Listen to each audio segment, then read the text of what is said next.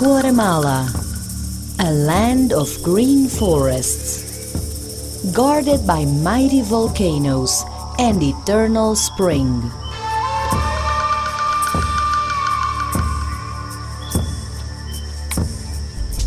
Welcome to Guatemala, the heart of the Maya world.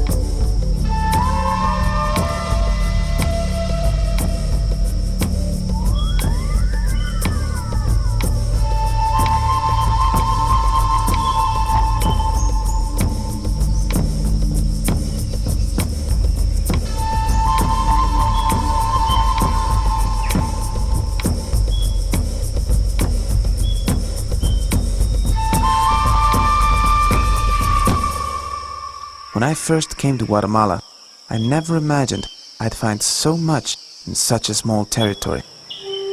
Interesting living cultures, virgin forests and jungles, a rich history, and fascinating archaeological Maya sites. I did notice that cultural grandeur that prevailed in the region for more than 1,000 years. With more than 60,000 square miles, Guatemala allows you to experience different climates and landscapes within very short distances.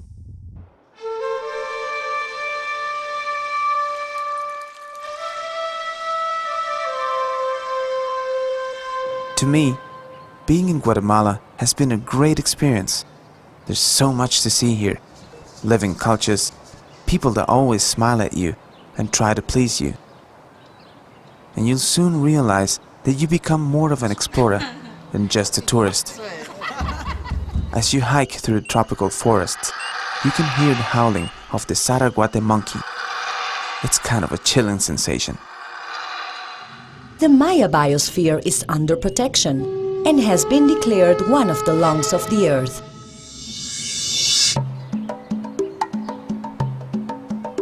Climbing a volcano and watching the lava flow from its very center makes you think about Mother Nature's greatness and the energy that comes from it.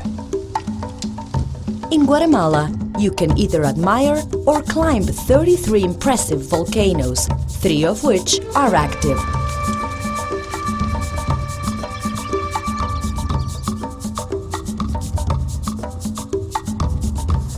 I heard new languages and sounds. I saw thousands of colors. I tried new delicious flavors and smelled new aromas. I will definitely keep this country in my heart forever.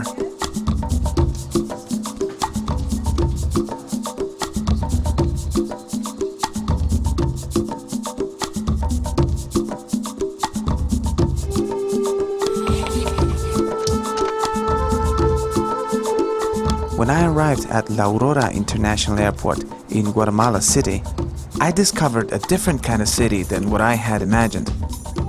It's modern, clean, and alive. Only 5 minutes away from the airport, there's a hotel zone where I stayed for a few nights to get to know the city and Antigua, Guatemala, a colonial city less than half an hour away. Guatemala City is a metropolis that moves forward. It possesses true jewels in architecture and engineering, from a historical colonial-style downtown to modern state-of-the-art buildings and an urban development that exemplifies a city of the 21st century. The historical downtown area holds the culture's National Palace, which has an exquisite museum and ballrooms dedicated to fine art, culture, and peace. In the city, step by step, I found a town with a strong heartbeat, modern and with a real avant-garde architecture. It seems Guatemala City doesn't want to be like any other city. It has a character and personality of its own. Guatemala City itself offers many tourist routes, museums, colonial churches, golf courses, 5-star hotels, shopping malls, and a world-class gastronomy.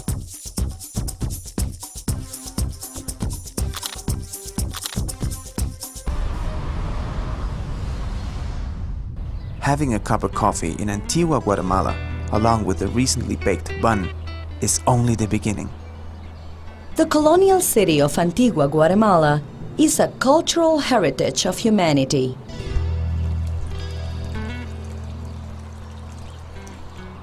Antigua is so close to the city, yet so immersed in the past. It's like going back to a city founded more than 4 centuries ago, which still preserves its splendor and colonial might, its colors, palaces, and incredible convents and monasteries. I explored it, I felt it, I stared at it, and contemplated it. The Holy Week in Antigua, Guatemala and Guatemala City is one of the world's most impressive religious manifestations. The traditional carpets made of sawdust for the occasion are true works of art.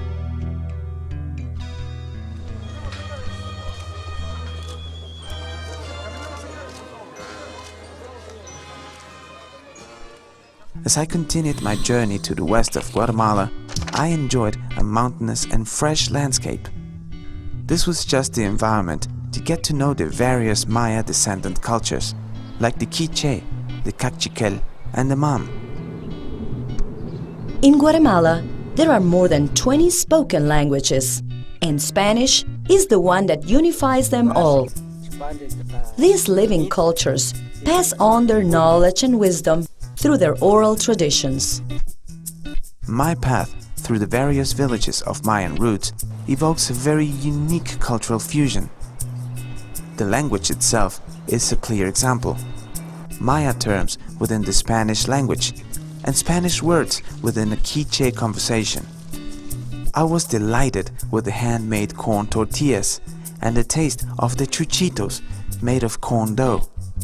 They're uncomparable. I learned to say Matiosh, which means thank you. And I say to life Matiosh for bringing me here. The Guatemalan highlands are home to important archaeological sites, besides Lake Atitlan, one of the most beautiful in the world. Atitlan is an unusual lake. It's like a mirror surrounded by 3 amazing volcanoes. You can only realize its greatness after you've been here. There are no words. It's simply gorgeous. I spent the afternoon and night in Panajachel, and it turned out to be a bohemian and cosmopolitan place. There are people from all over the world. The fusion of cultures is incredible.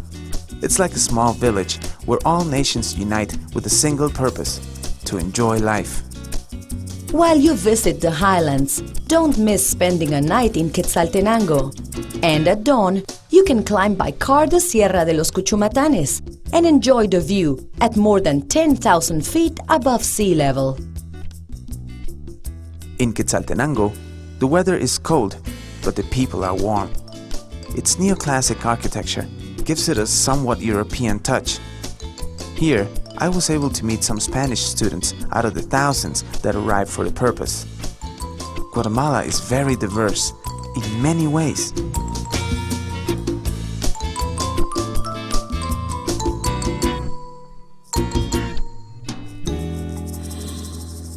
When I landed in Petén, my heart was beating fast. I was about to get to know Tikal and other marvels of the Maya world. I spent the night in the island of Flores, and like many other explorers, I watched in awe as the sun surrendered to the beauty of Lake Petén Itzá. Mysticism, jungles, temples, stels, wildlife. But nothing compares to sitting on top of the Serpiente de Dos Cabezas pyramid in complete silence while contemplating the dawn at a height of 230 feet. Then, I boarded a 4x4 that took me to Yaxha, an ancient city located at the margins of a virgin lake. Magical, authentic, and unique experience.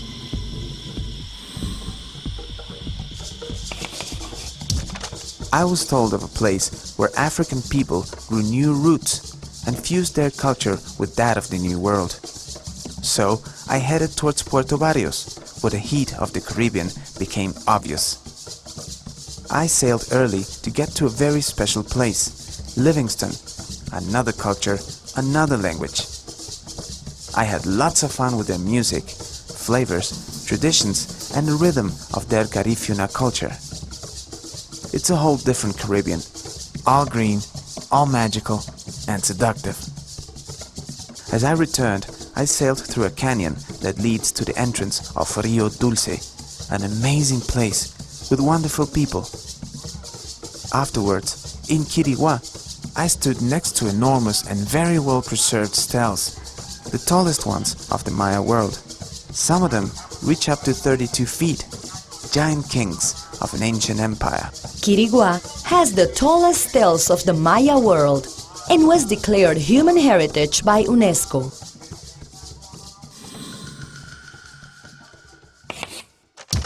Green, misty, virgin.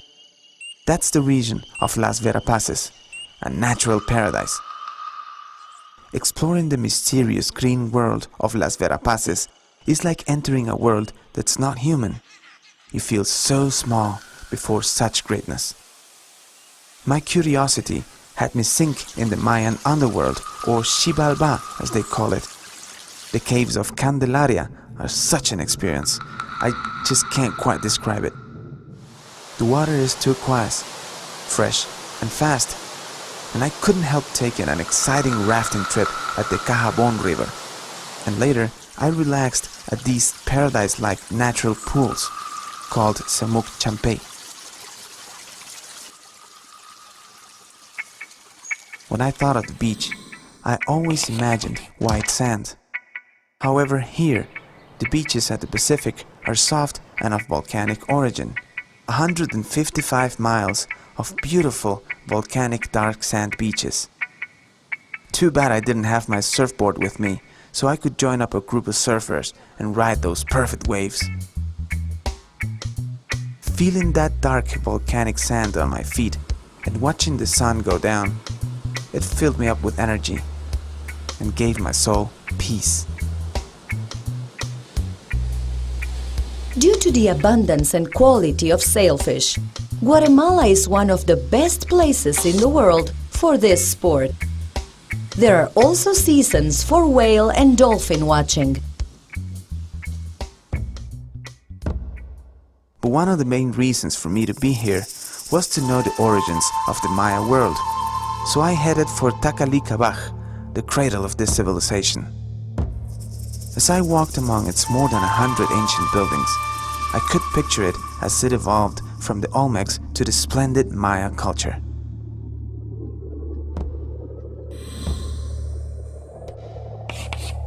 The colorful diversity of Guatemala is huge. As I visited the east, I found yet another culture and another climate. It's like a whole different place. The east of the country is the cradle of the sun. It's mystical, natural, and unique. Esquipulas is the regional site for religious pilgrimage. It's colorful and has its own traditions, which dwell around the Baroque-style basilica that holds the holy image of the Black Christ of Esquipulas. And for the second time, I climbed up a volcano, this time the one called Ipala in Chiquimula.